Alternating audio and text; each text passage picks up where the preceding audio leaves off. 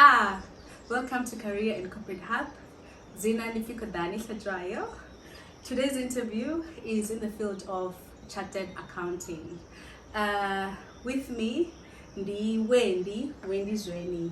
Hi Wendy. Hi Kodani, how are you? I'm good. Welcome to Career and Corporate Hub. Thank you, and thank you for having me. Thank you. I look forward to the interview.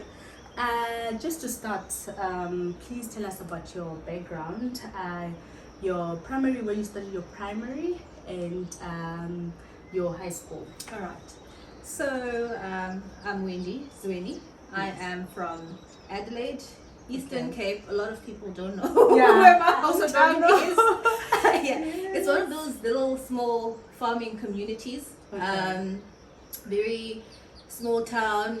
The employment is really just around farming, but more your blue collar type of workers, because there's a lot of harvesting of oranges and sheep, and that type of environment. I went to primary in Adelaide Premier. So the languages, the maths and sciences, my basic primary was in Afrikaans. Yeah, I was about to ask, is that Afrikaans? Yeah, it's Afrikaans. I never did Afrikaans, so I'm hearing prayer. Yes.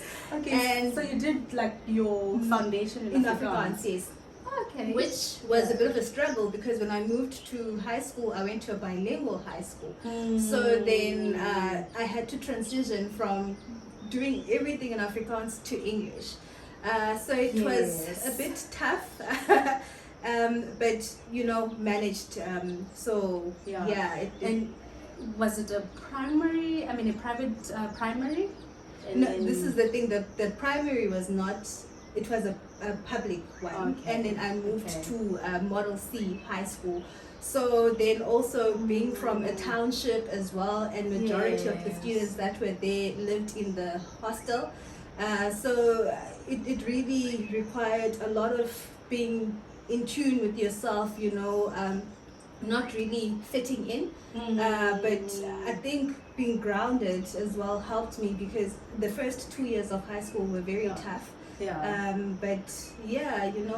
stay true to who you are. I guess you had a lot of learning, because moving to a private high school, I believe English was the most it was the dominant, dominant, and also yes. I guess you had to learn English. Was it like that? So how was it like? So the content was not the tough part, but also now having to be fluent in the language. That pressure. And Afrikaans is in the mostly in the past tense. So my English tenses were oh my god, you didn't get German for it. And I did. Hence I'm saying the grade 8 and grade 9 were really tough, and it became better when I started going to the SAICA camps, the South African Institute of Chartered Accountants and the Department of Science and Technology. From high school? Had camps, yes. So I used to attend those camps, and then that's where my confidence got built, being around people who motivate you, and then being in a space where it's okay to be ambitious, it's okay, to dream, and also just knowing that there are these successful people who have similar stories who I could relate to. So then afterwards, I wasn't bothered by the bullying anymore. I mean, I'm looking at it as somebody that is coming from a deep rural areas where everything is taught in vernac. And now when they go to, usually it's when they go to varsity, they have to learn English. So that's quite an interesting story.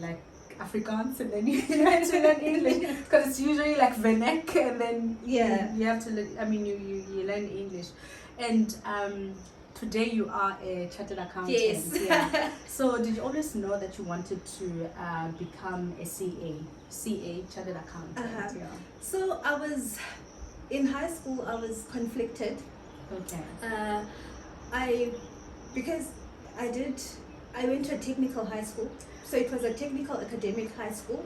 So you had all your technical subjects, and then you had your academics, so your business studies, your accounting, and up until grade 10, you were introduced to a bit of everything. Okay. And So you didn't get to choose like your major in grade 10? I had to choose in grade 10, but Okay. in grade 9, we would move around, you know. Okay. So kind of get a bit of exposure. And fortunately, we had a career expo at school. That's then, nice. and yeah. it was actually the teachers. It wasn't even outside people. So Okay. the woodwork teacher would come and say, if you do woodwork, this is the path that you'll end up, you know, and name a few old boys and girls who've done this and are successful. And then the accounting teacher would say, if you go with this field, these are your career options. And I think it was in grade 9 we would write an aptitude test, and the test would then determine where your strengths are. And based on that, it was nice, kind of easy to choose. But unfortunately, okay, well, let me not say unfortunately for me, it was a bit confusing because I scored good grades in all the elements. So I really chose my career path late grade 12. Okay. And just like moving from primary to high school, I actually skipped this question.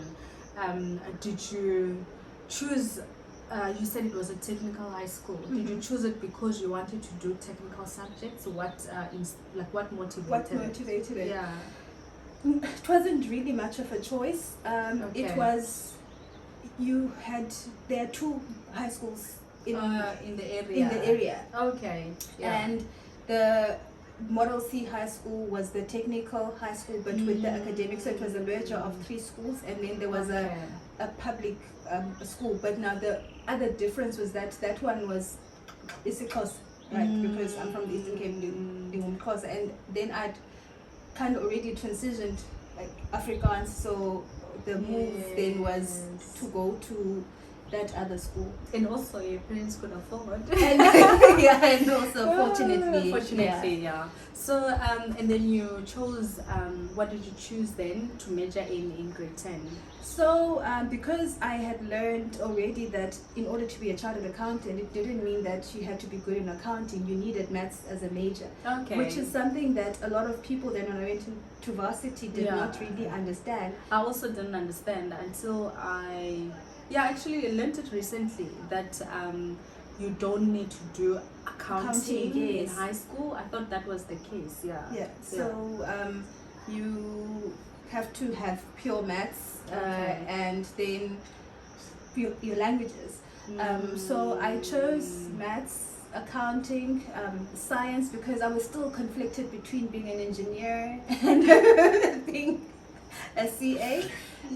So it was maths, science, accounting, business economics. I think they call it business studies now. And then the 2 languages, Afrikaans and English. So when you had to apply for varsity in matric, did you how did you apply? Obviously we were using hard copies. How many universities did you apply to?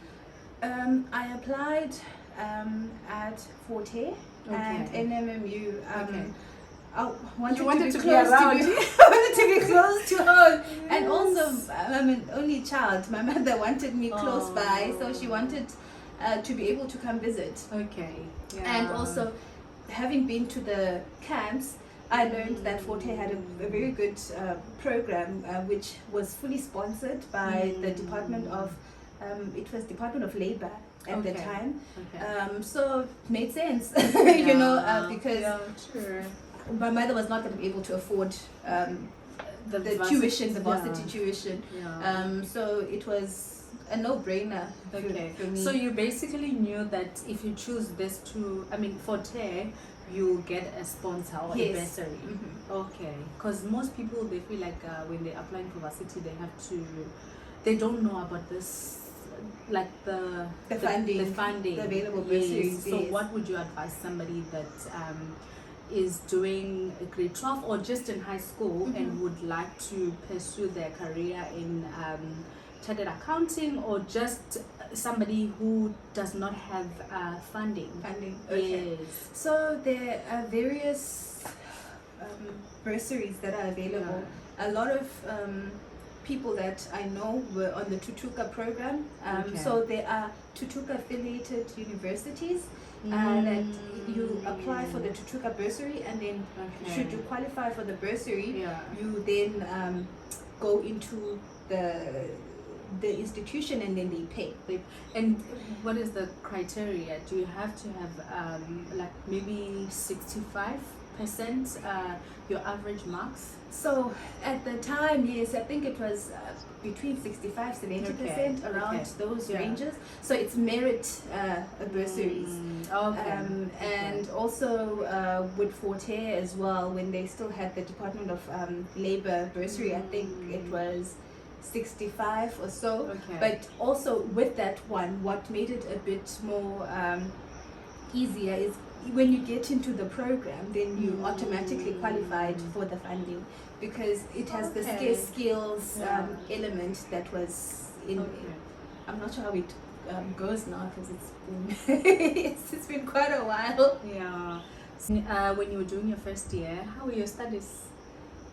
Not just first year, like how was your university? I enjoyed university. I really did. It's like some of the best years of my life. And also because I knew what I was there for, and the goal that I needed to achieve. The purpose exactly. For example, I knew that if I fail, my sponsor's not going to pay for me. You're going to lose it. So you had to study. Yes, I'm going to lose it, and my family is not going to be able to carry me forward.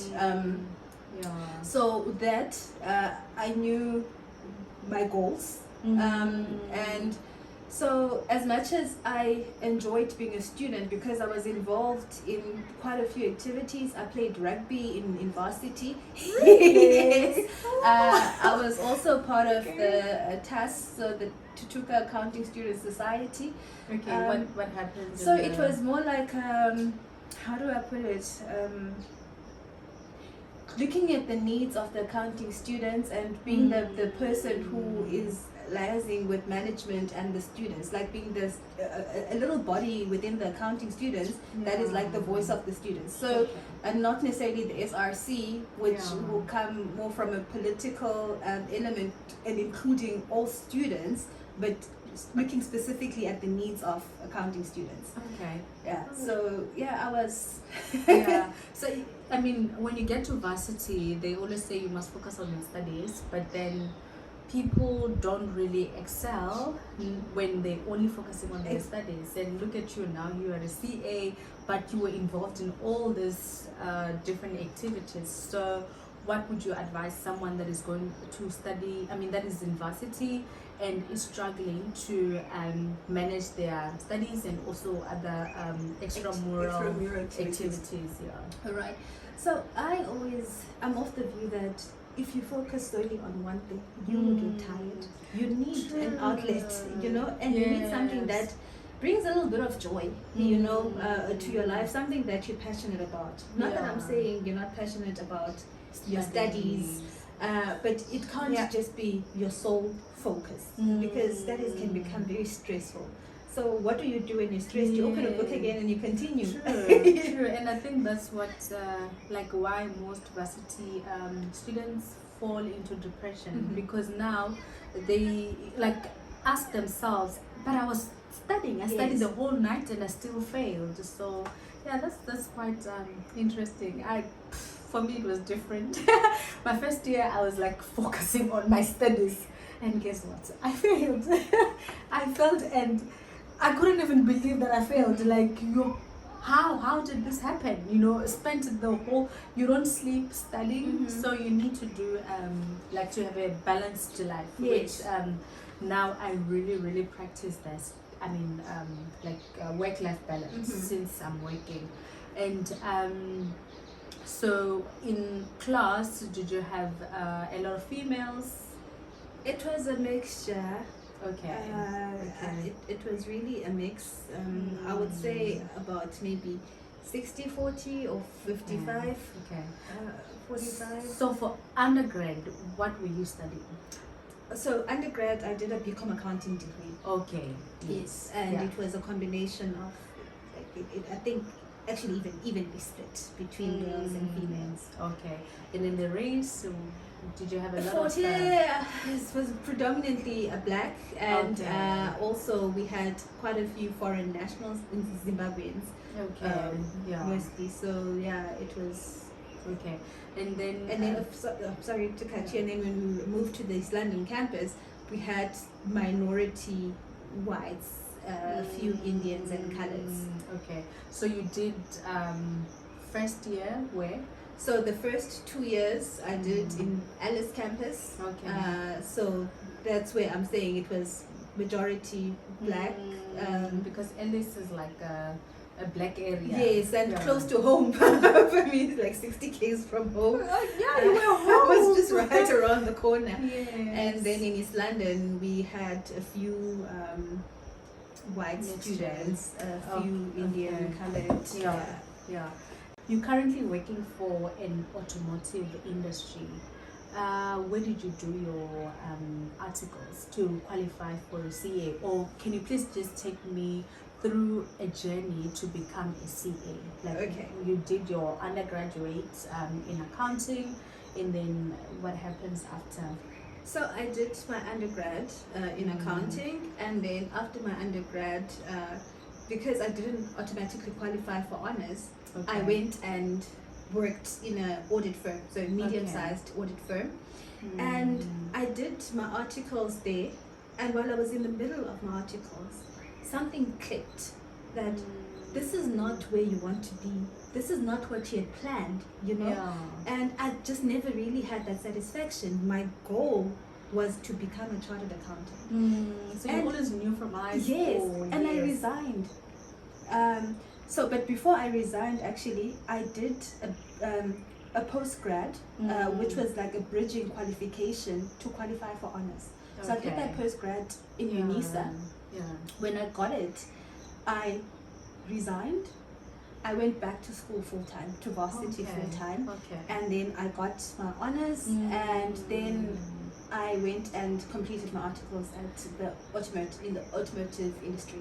Yeah, and I think that's actually normal, that you find people who do not qualify for honors and then they just quit to become a CA. So what would you advise for somebody who feels like, well, I didn't qualify and this is the end, I'm not going to become a CA? All right, it's a tough journey, and it can be very long for some people and very frustrating.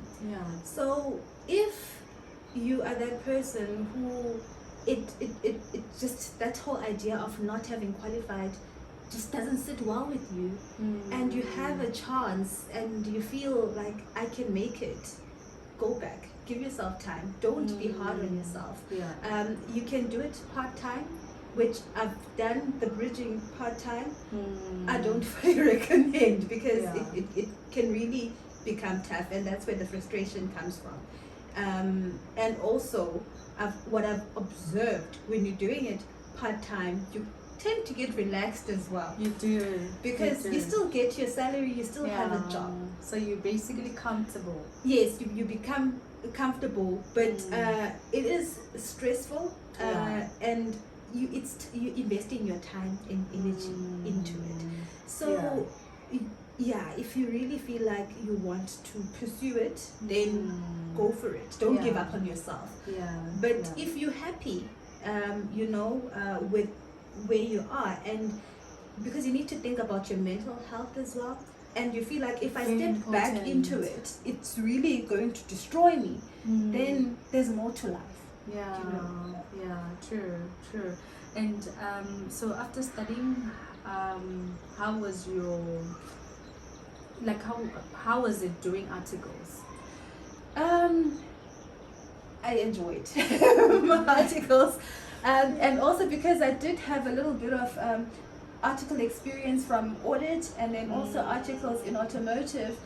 For me, articles was about developing yourself. So how I pursued my articles was, how am I building myself? Yes, I'm doing something for the organization, but what am I learning? How am I becoming the best CA that I can be? How am I becoming the best version of myself? Yeah. And the beauty of articles in automotive, or where I was that it was flexible in a sense that you could move around between the divisions and you could obtain your competencies doing different projects. Yeah. So articles, for me, when I did my internship, we had a logbook where we were writing what we were doing at work. So when we talk about articles, is it something that you're doing at work, that you're learning? So it's something that you're doing at work, and then there's a logbook. We call them timesheets that you fill in, and those timesheets the tasks that you're doing needs to be linked to competencies. So SAICA, which is the South African Institute of Chartered Accountants, which is the body that that you'll be under when you qualify as a chartered accountant, has a set of competencies. Okay. And then based on what you're doing, you need to link that to your competencies. Okay. And in that way, it also gives the reassurance that wherever you're doing your articles, you're not doing work that will not benefit your development as a chartered accountant. For the company. Yes. So it's not just only for the company, but also building you, and then it's divided into professional and technical skills. Okay, and do you need a mentor to be assigned to when you're doing articles? Yes, you need, because you rate yourself, and then your mentor and supervisor will rate you as well based on your performance. Okay. So for somebody that would like to start with the articles, where do they start? So do they start with SAICA, and then we'll give them their direction? Okay, so it's done differently. Some people start their articles straight from high school, but you need to be registered towards a BCom accounting degree or a degree that is accredited by SAICA. Then you can do your undergrad and your articles simultaneously. So a lot of people from the small, medium-sized firms take that route. In that way, it becomes a bit shorter, so you won't finish your studies and then do your 3 years of articles. I think that's actually more advisable. That's actually a good advice, that instead of waiting until you go work for a company or until you go to university, you start looking at how to qualify, how to become a CA from... Can you just explain it better? So the advantage of this route where you apply, for example, you apply to UNISA or Mencosa, you apply for a SAICA accredited BCom accounting degree, and then you apply for articles. So like apply for a job in a sense, in one of the accredited companies or firms that offer SAICA accredited articles. Then you do the two at the same time. So the advantage is that you have an income. So especially for those individuals who are struggling financially, because there are instances where the family needs you to contribute. So that is an option that you can take. The second option is for you to study. So you do your undergrad and start your articles, or you do your articles after your honors. So it's very flexible. It's not stringent that you need your honors before you can start articles. However, some companies prefer candidates who have honors to start articles with them. Moving from varsity to a workspace, what were your expectations? The reason why I'm asking, usually the stuff that we study in varsity is not what we get when we get to work. So how was it like for you in the chartered accounting area? All right. So from the content of the work perspective, I was very excited, for starters, to put practical experience to the technical theory knowledge that you acquired in varsity. Yes, so that was very exciting to we're preparing financial statements. So this is how it's going. This is the information that you're gathering from the client. The challenge was more the professional skills, and I think we don't really maybe things have changed now, but in my time, there was not real work readiness or preparedness for the professional skills and also how to handle, the work environment. Just making an example of the feedback culture. So with articles, you work on topics and assignments, and then your supervisor gives you feedback on your performance, which was very uncomfortable for me moving from varsity, because you get your test and pass, tick, or well, I don't like it, chuck it under the bed. Like with that feedback by yourself. Exactly. It's my thing. Then I'm like, okay, it's going well, and then I continue with my the way that I'm doing things. Okay, it's not going well, so you then go consult maybe with your lecturer or group of friends. But it's something that you really are initiating. You are the driver of yourself, and the consequence of your performance is on you. Whereas now at work, the consequence of your performance is affecting the result of the organization. So it's not just you alone. You've got like this big organization having more expectations from you, and also the accountability that you have. And then also how to deal and handle that accountability, because it can be something that weighs heavily on you. So it was, I think, just if I could have been made more ready for that aspect of work. That was the big shocker. But who would have made you ready? Was it the varsity or the workspace? The workspace made me ready, so it was on the job learning. But I feel like if you have things like Toastmasters at varsity that you can get into, and then because that's the other thing that kind of made me switch easily back, as much as it was difficult, because in Toastmasters there was a feedback culture. You give a speech and then you get assessed, so it made that transition a bit better. So I feel like if I was involved in a lot of those other aspects, or they get incorporated into studies, even if it's a mini project at varsity that simulates work. I mean, a lot of people struggle with feedback because you put a lot of effort into something, and somebody tells you, no, you did it incorrectly, no, and then you feel like the person that's giving feedback is saying that you're incompetent. So now, when you get feedback, you have to look at it as a way to improve yourself, or improve like in the workspace.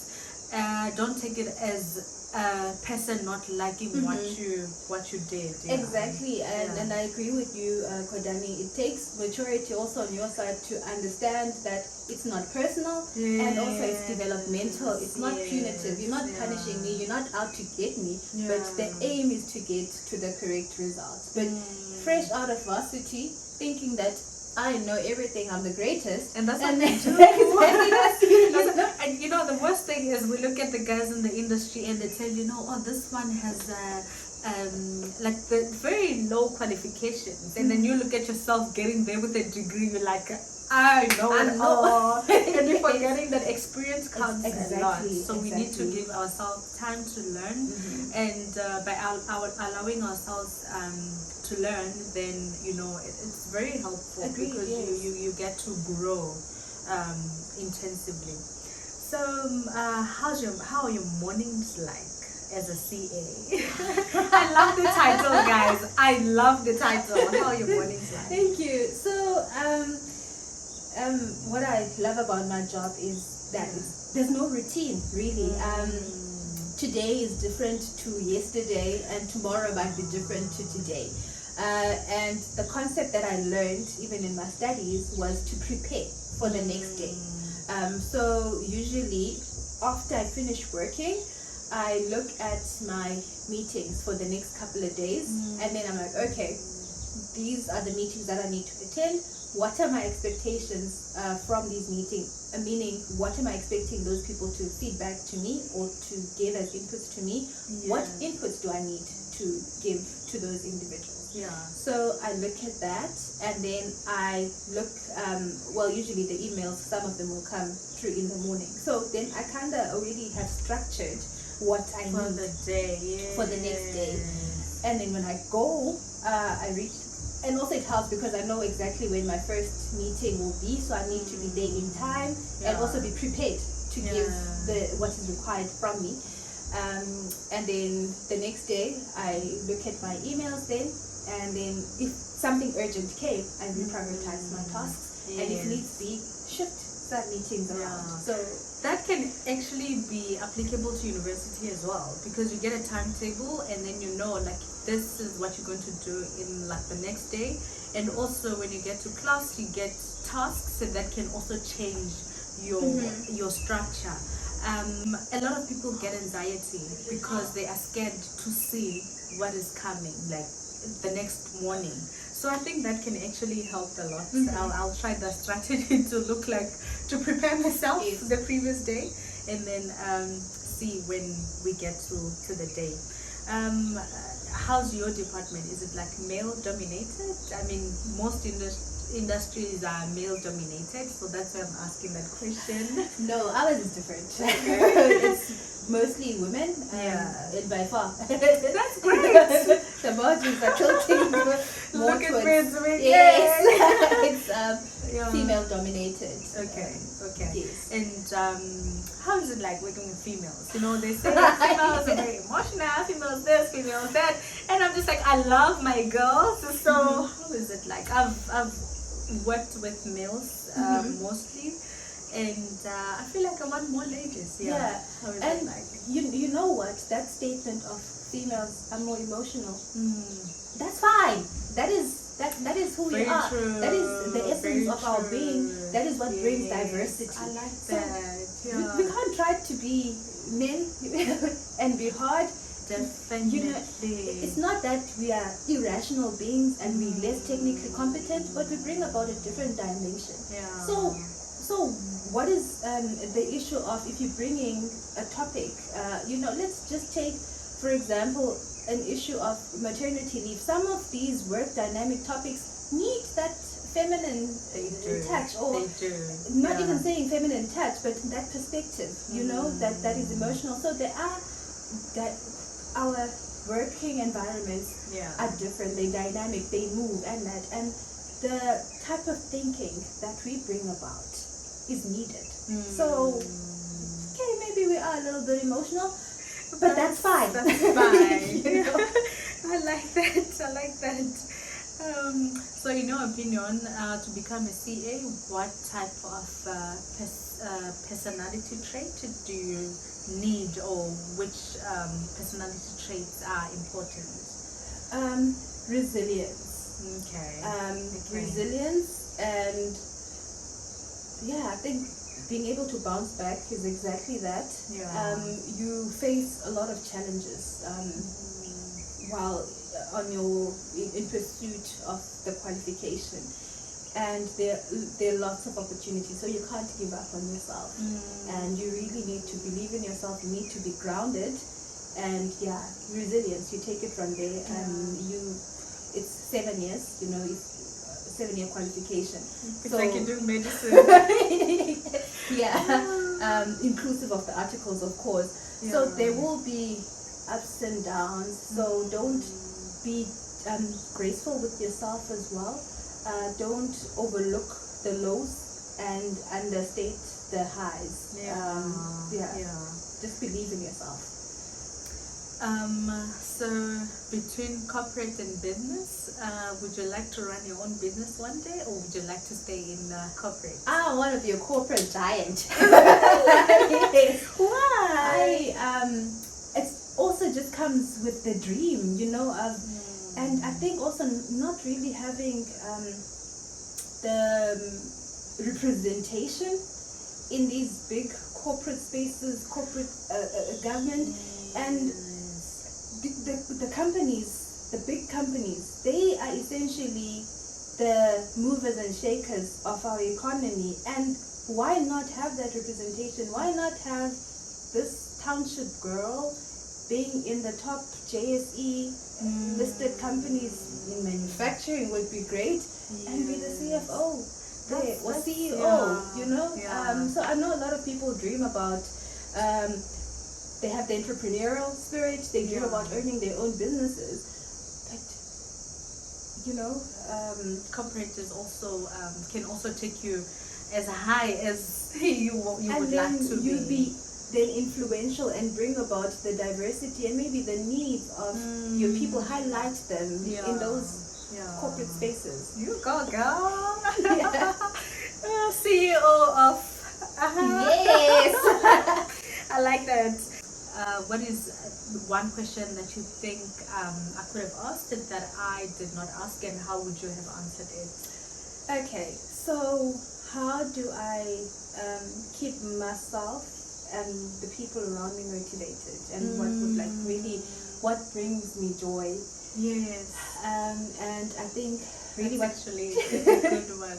what keeps me motivated and brings me joy is coming home to my family, coming home to my son. You know, and for the longest time I had this fear that if you become a mother in a corporate space, it will take you back, it will bring about anxiety. Yes. And it was the opposite of it. It's when I come home, I'm in a great space. You had your son after how many years of working experience? After about 7. Okay. Yes. Okay. Yeah. And really, I always just thought, and I always thought pregnancy is huge in organization as you're less ambitious. And it's not. And it was very comforting to be in an environment that embraced it, you know, that was happy and excited for me. And I wasn't viewed as, oh, that's what they do. You develop them, they get pregnant. You know, and it's a sort of exactly. Life, And I think also having females in, you know, the diversity helps with that. But I was pregnant when I was in the production area, and with male dominated, and even the men there were very supportive. So And what do you say about teenage pregnancy? I mean, this video is going to be sent by somebody that is still in high school or primary, and the percentage of teenage pregnancy is quite high. Okay. So happy. yeah. Also, again, coming from a township, and you know, having in some instances relatives that have gone through it, and seeing close friends as well who've had children as teenagers, the one thing that I would say is to not let that define you. That must not be the end of you. That must not be your story. Your story must not be you were a teenage mother or you are a teenage mother. Okay, well and good. This is the situation. How do you get yourself out of it? I can name a lot of successful people. I know quite a few CAs, doctors, who were teenage mothers and they've made a success out of themselves. So if you're in that position, then give your child the best opportunity. Develop yourself. Continue with your studies. It's not the end of the world. And also, if you're not pregnant yet, please don't do it. Do not do it, because there is more joy in studying without a baby. You're not thinking about any child that is at home. You are flexible in terms of choosing your varsity. Like it's easier when you don't have a child. Not that it's not easier when you have, but it's more advisable that you just stay away, abstain. Yes, no, definitely. I completely agree with that.